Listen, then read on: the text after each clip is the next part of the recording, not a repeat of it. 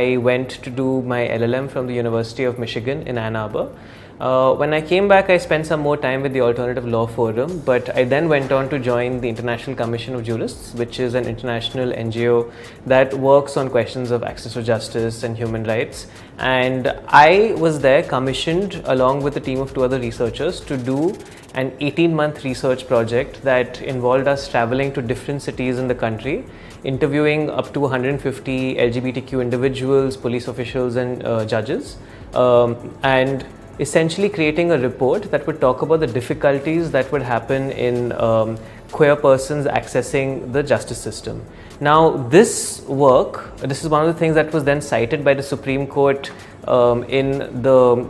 Navteej Johar decision that just decriminalized the intimate lives of LGBT persons from the scope of Section 377. Right, so that was, that was a pretty great moment for me, because it's also the culmination of a lot of work. The other thing that the Supreme Court also cited was an article that I had done in the EPW, which looked at the question of privacy rights and how they kind of apply to LGBT persons, particularly after the Supreme Court's right to privacy decision. Now, again, this is something that's personally very significant for me, because one of the ways in which I think about my,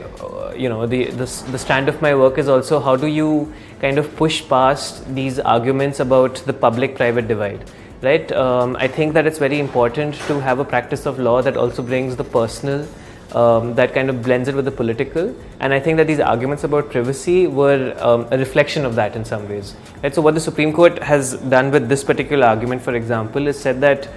privacy is something that also inheres in public spaces. So when I walk in a public space with my partner and I hold my partner's hands, that is also me expressing the right to privacy, because it is me enjoying the right to my private, intimate decisions, private decisions about what I want to do with my body. Right, so I think this is quite revolutionary for the court to have kind of enshrined, and I'm very excited to see where this goes.